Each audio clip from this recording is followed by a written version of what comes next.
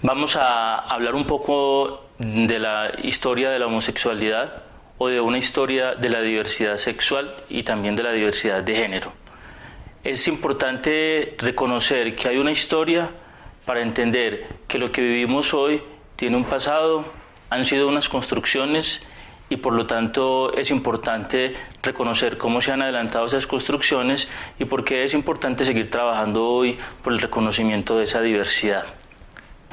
Pensar una historia de la homosexualidad entonces nos propone remitirnos primero que todo a nuestro pasado de hegemonía cristiana, cuando lo que se pensaba en el mundo era lo que mandaba el pensamiento cristiano, lo que mandaba en ese momento la iglesia cristiana, la iglesia católica, la que existía como única en su momento. A partir de ahí se nos enseñó que las relaciones sexuales entre hombres eran un asunto pecaminoso y a ese pecado se le llamó sodomía.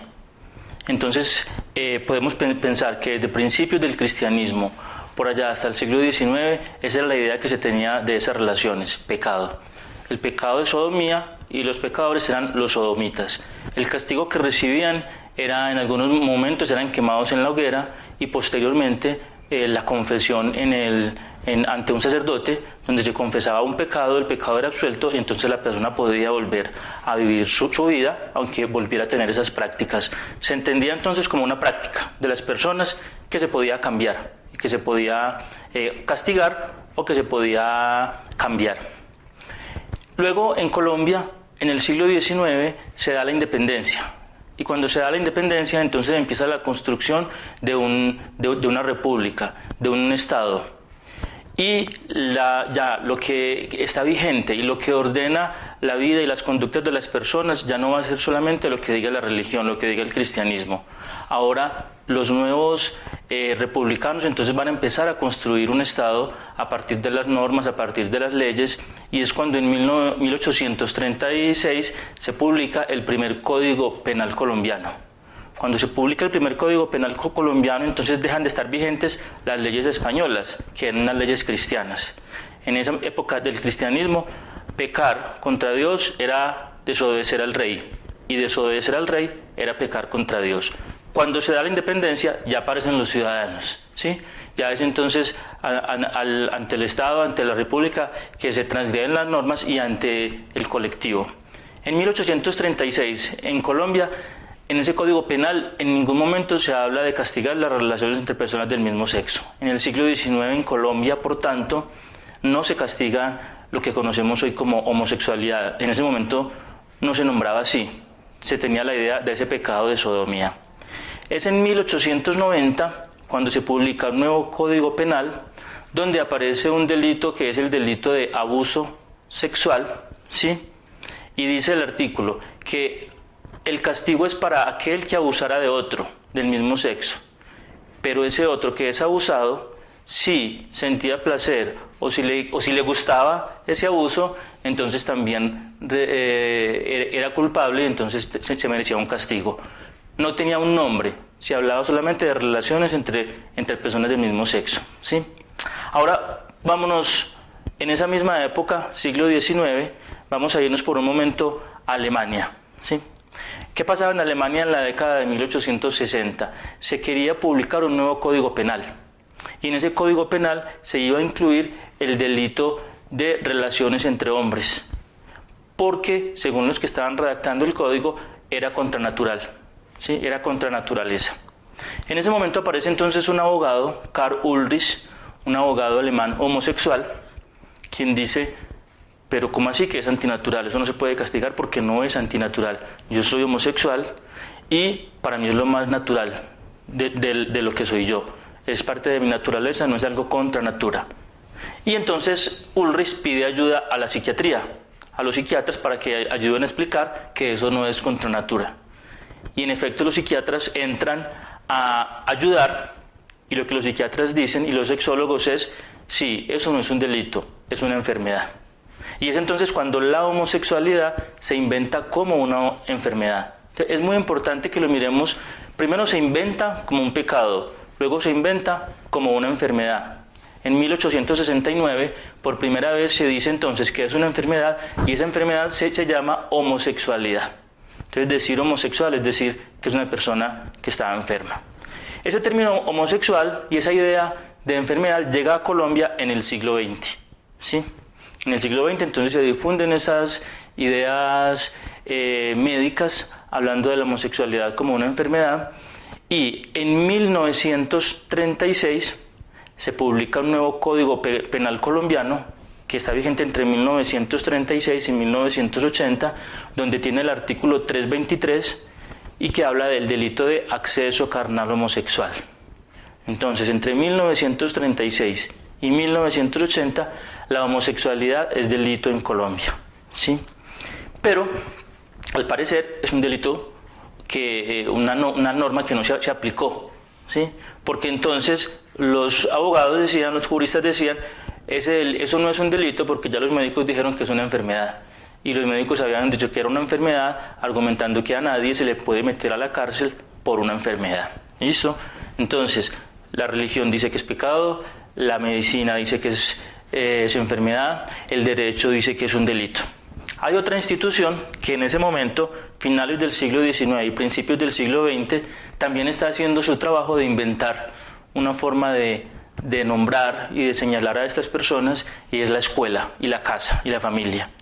En la familia se nos enseña lo normal, ¿sí? El hombre que domina en la casa, que manda en la casa, que está con una mujer, y la mamá y la mujer que está al servicio del hombre. Eso es lo normal que se nos enseña. Quien se sale de eso que se nos enseña, entonces se convierte en anormal. Entonces también empezó a ser visto como alguien que era anormal. Pecador, delincuente, enfermo, anormal. Es una misma persona que carga con todos estos señalamientos, con todas estas sanciones que genera entonces discriminación y que genera exclusión. Es muy importante reconocer ahí que miren que son conceptos, son ideas que son inventados en unas épocas concretas por unas instituciones concretas y a través de unos mecanismos que utilizan. El cristianismo, con los catecismos, con la predicación, promueve el pecado. Los médicos en el consultorio, a través de los manuales de medicina legal, promueve la enfermedad. El derecho, a través de los códigos, entonces promueve el delito.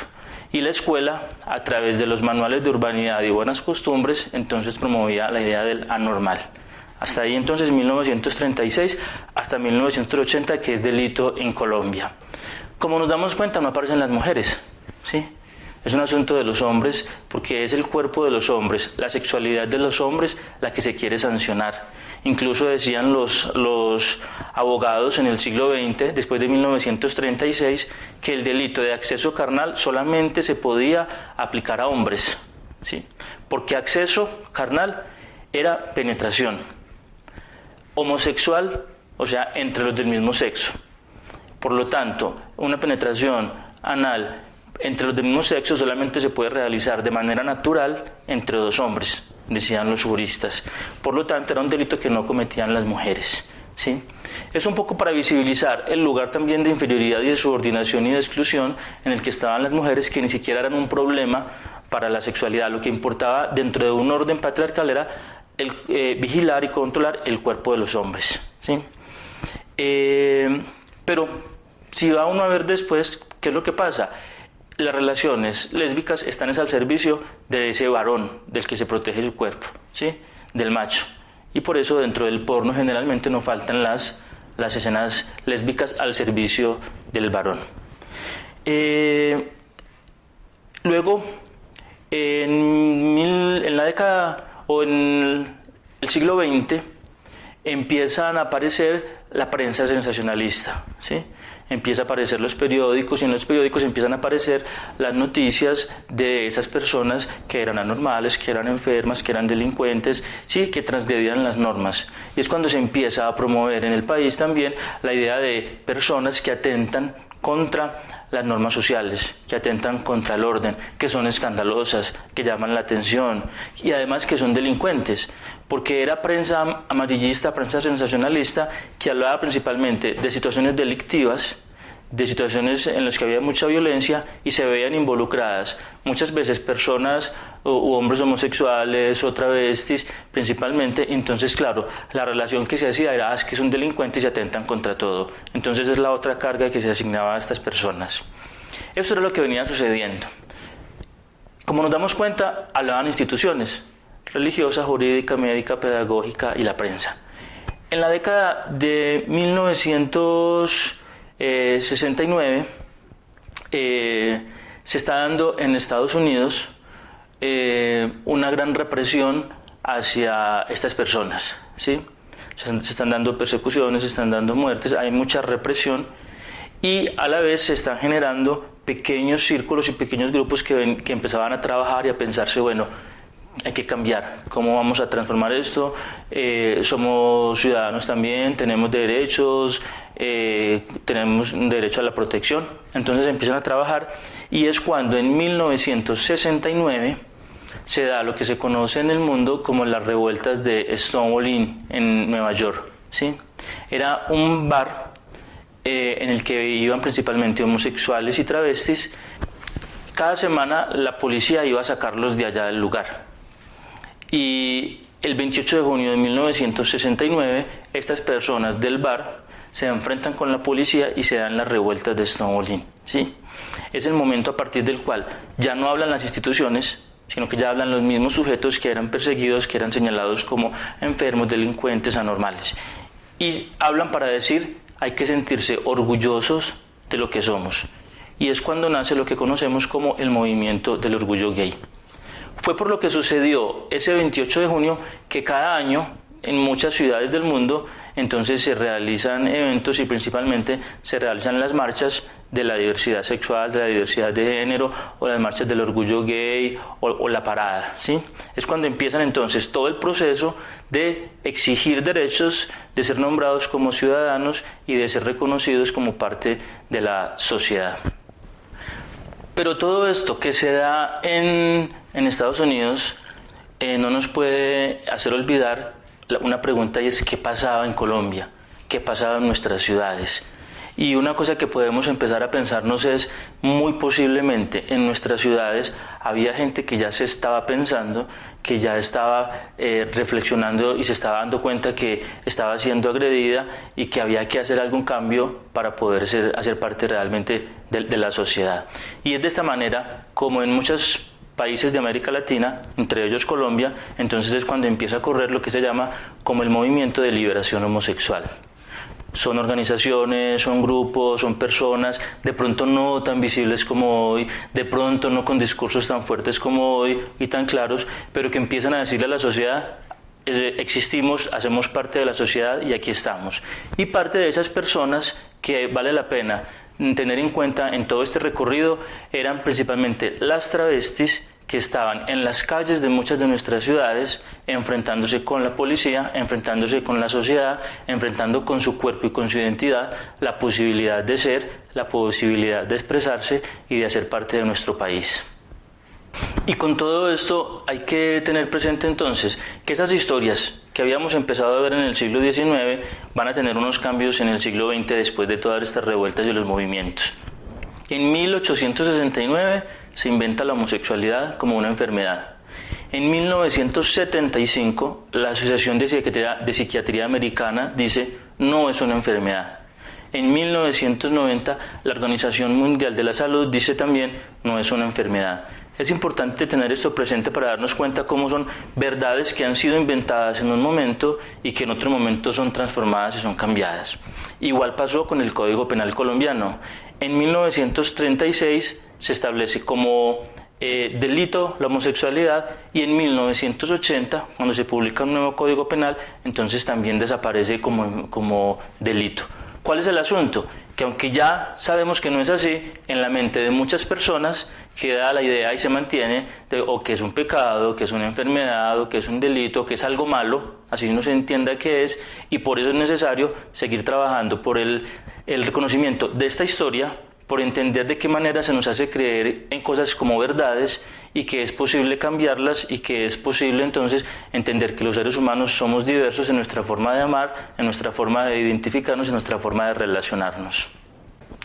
Es por todo esto que la Corte Constitucional se ha tenido que dedicar, con sus cerca de 70 sentencias que ha expedido en 20 años, en insistirle a este país, es que no es enfermedad, es que no es delito, es que no es anormal, es que es libre desarrollo de la personalidad.